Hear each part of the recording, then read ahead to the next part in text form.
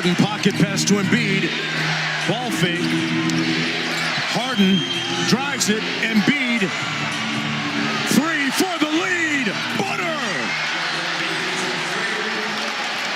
It's 127-125. Look at three for James Harden. This was off multiple screen, rescreen, a little exchange between the two guys, and inevitably, look how wide open.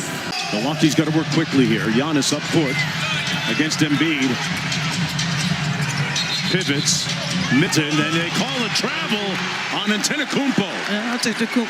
Embiid is just so tough. And we've seen Antetokounmpo try to overpower him multiple times. And you talk often about Joel's defense. You can't play through the chest of Embiid. He's just simply too strong.